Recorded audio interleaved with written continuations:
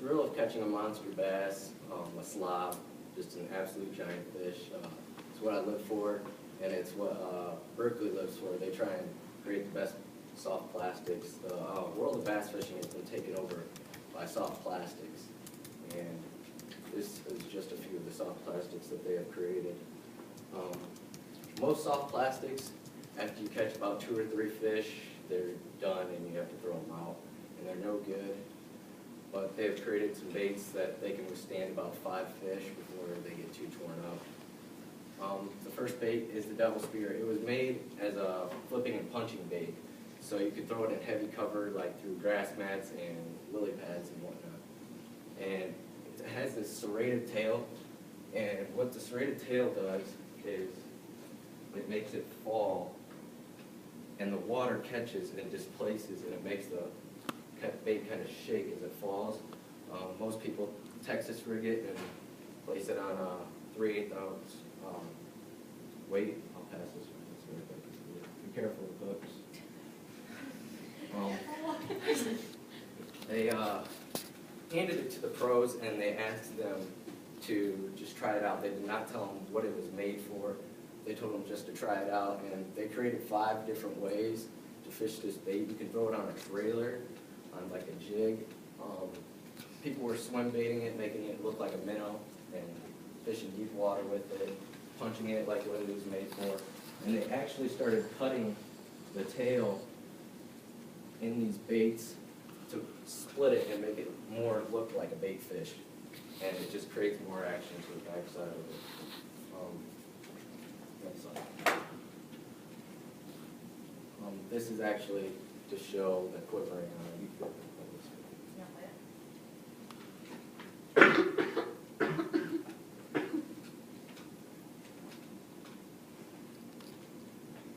This will actually show you the action that this bait makes as it goes through the water. Berkeley has a ton of tanks that shows what happens as you reel it through the water.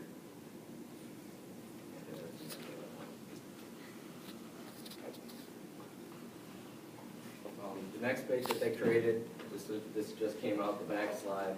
It's known as the Game Changer because it's the first worm that has dual weight to it. So what they do is when they fill this with the plastic, they add more salts to the back so it actually slides backwards. You can go to the video.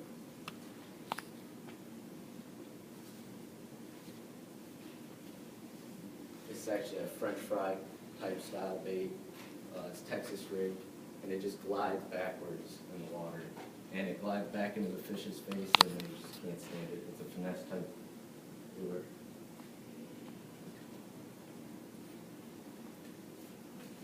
Some people have wacky rigged it too, where you rig it in the middle and kind of twitch it. We'll go to the next slide,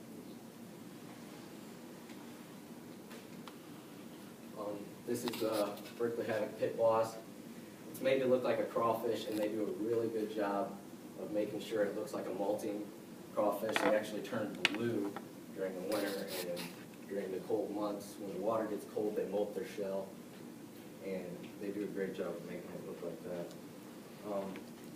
They have 4 tentacles, which helps it to swim more, and you can show how.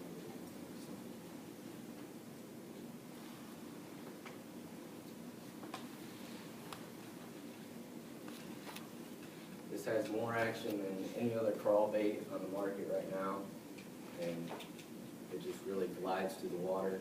People Texas rig it, and you can throw it anywhere. It can actually be rigged like this or upside down along the ribs, and the ribs were created to create more water displacement, and it just attracts fish.